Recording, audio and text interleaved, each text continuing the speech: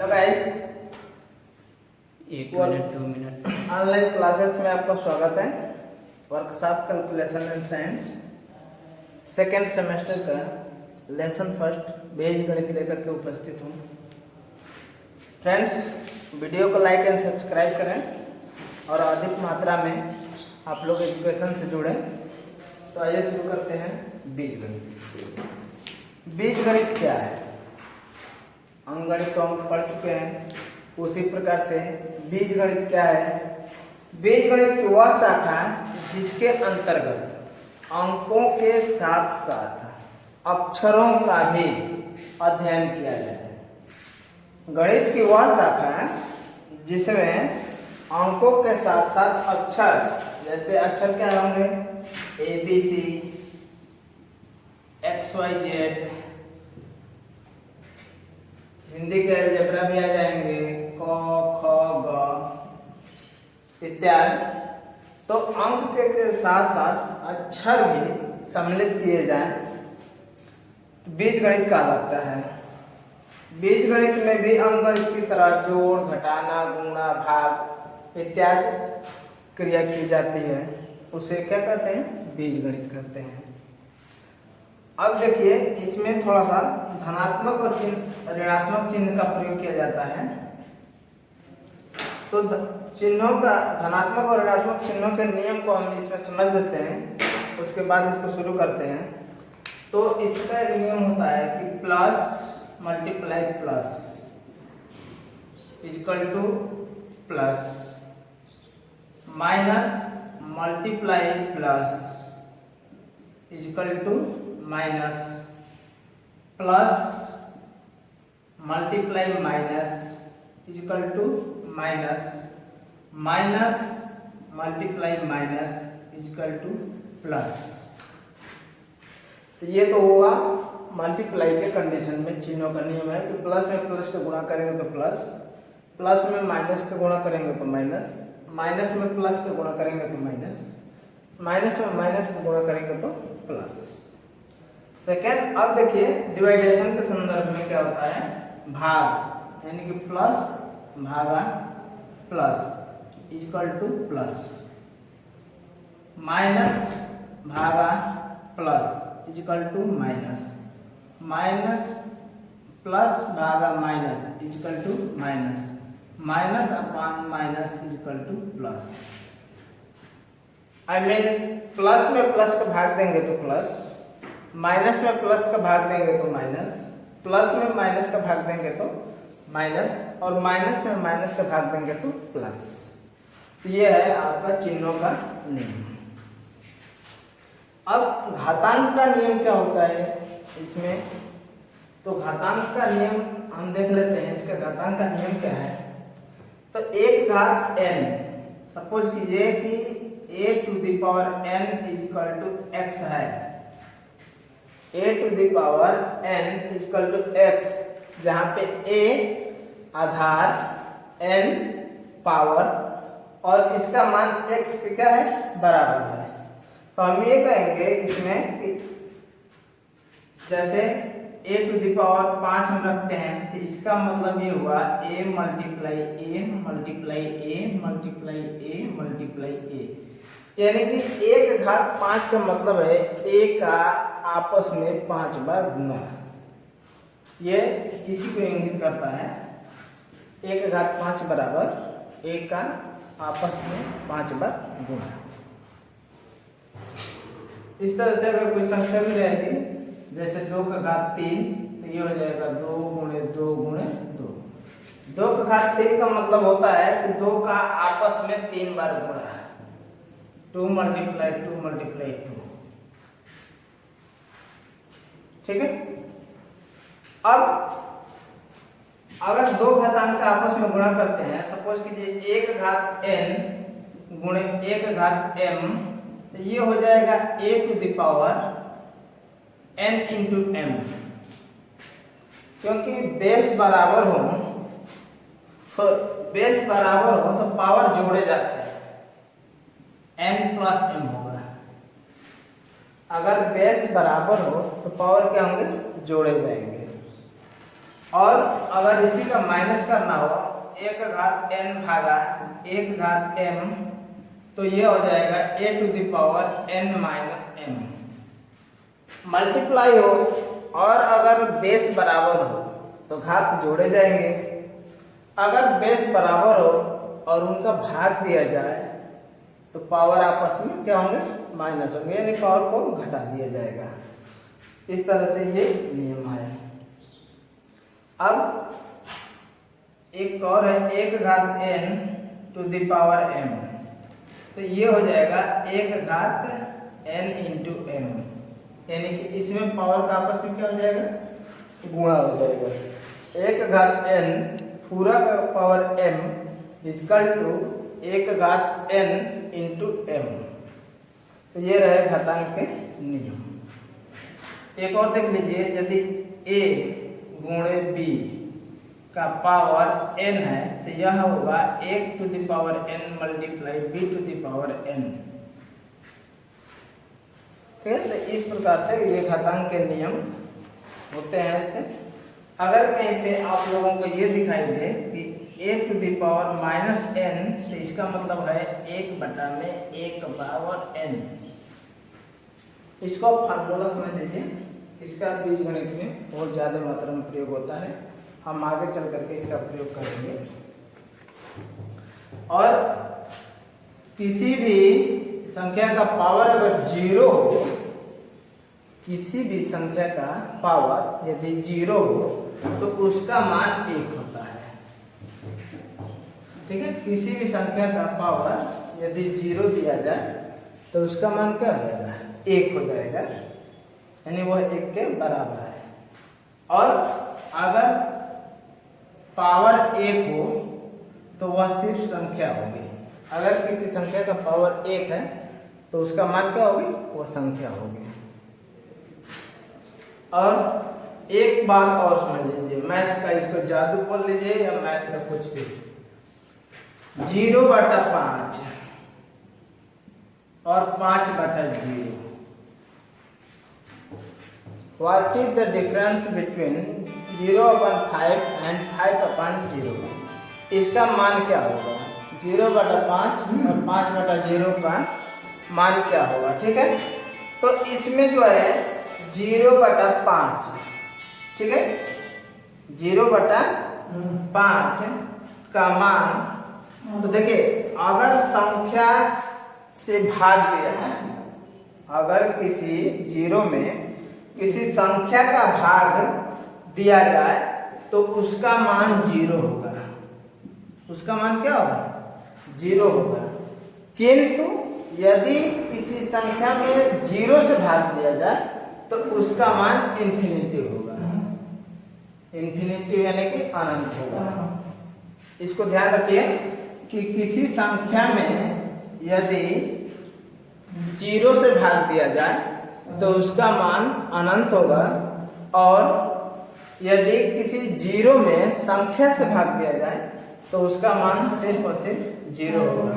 ये बहुत बार पूछ लिया जाता है, या जो भी आपको रास्ते में चलते मिलेंगे वो लोग इसी सवाल को पुटअप ज़्यादा करते हैं। तो इसको कंठस्थ हम करेंगे कि 0/5 और 5/0 में क्या अंतर है। तो हम कहेंगे उसको कि अगर 0/5 यानी कि 5 संख्या हो गई तो संख्या से 0 में भाग देंगे तो उसका मान 0 होगा, किंतु संख्या में 0 का भाग देंगे तो उसका मान अनंत होगा, इन्फिनिटिव होगा। इसी के साथ ये इसका नियम समाप्त होता है। अब संख्याओं को जोड़ना वो घटाना देख लीजिए। बीजगणित में संख्याओं को किस प्रकार से जोड़ेंगे और किस प्रकार से घटाएंगे। जैसे मान लीजिए 7x + 2 और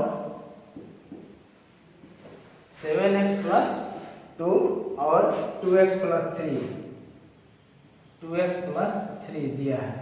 तो इसको हम कैसे जोड़ेंगे, तो आमने सामने लिखेंगे। जो चर पद है उसको चर पद में, जो अचर पद है उसको अचर पद के नीचे, यानी कि इसमें सजातीय और विजातीय 2 आता है।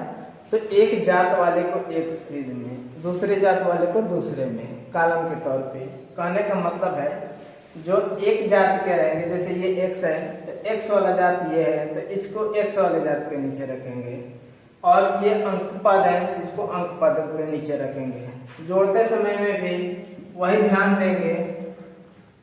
7 2 9x धन 3 2 5, ये आंसर हुआ इसका। तो ये जोड़ने का नियम है। अब सपोज कर अगर मान लीजिए कुछ और दे दिया जाए,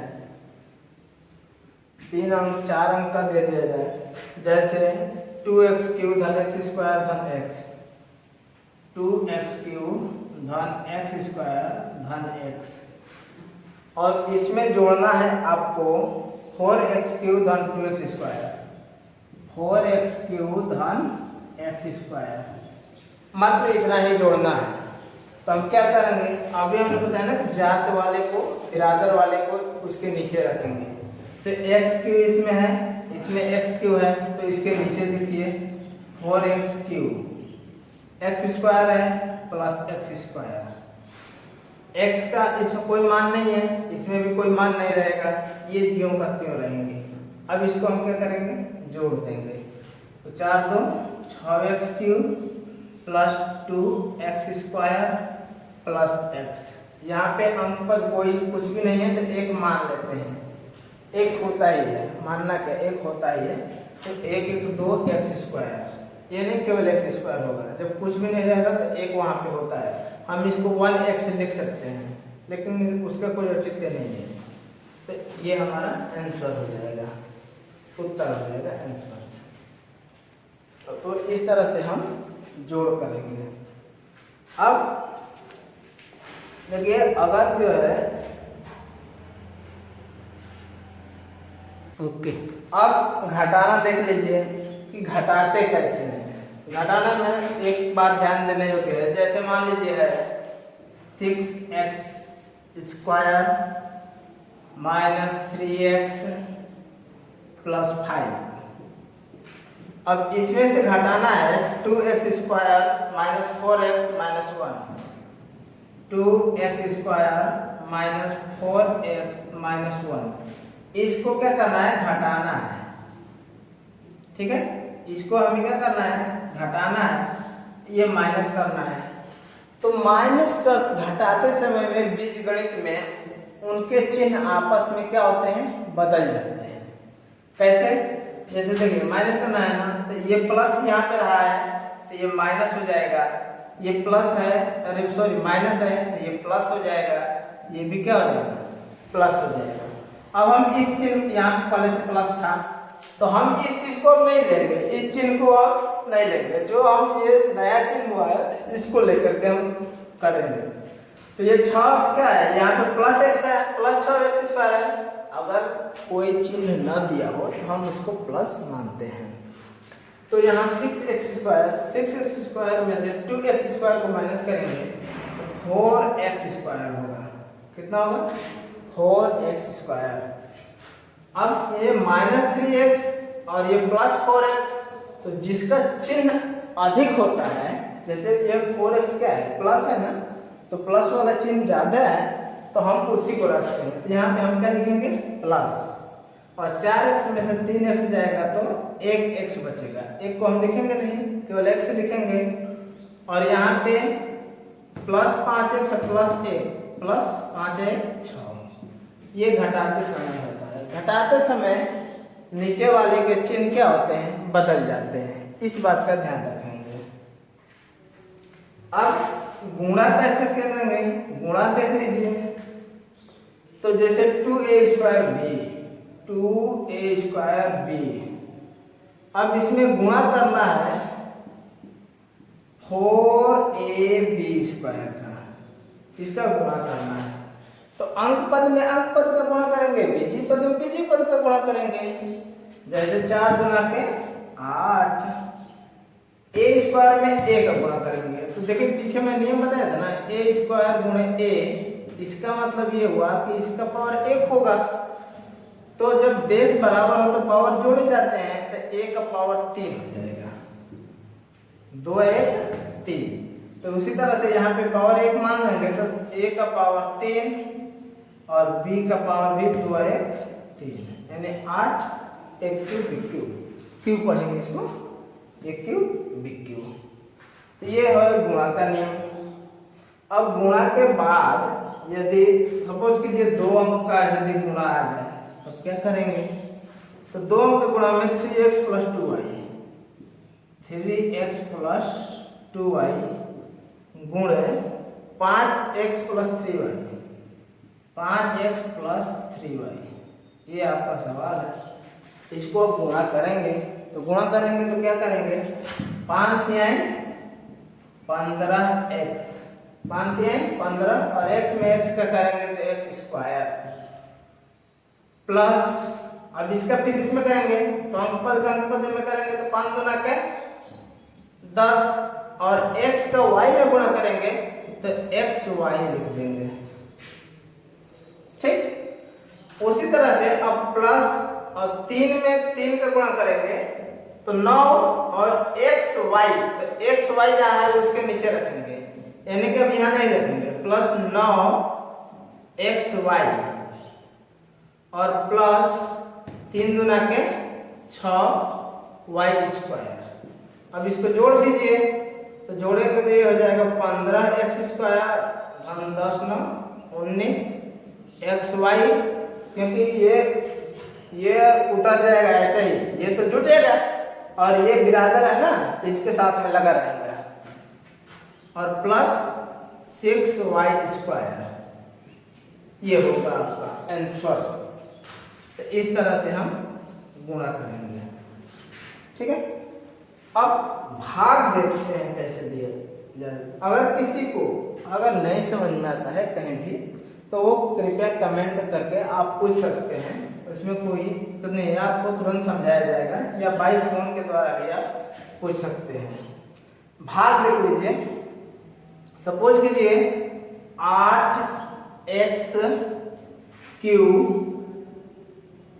plus 18x² minus 15x minus 36।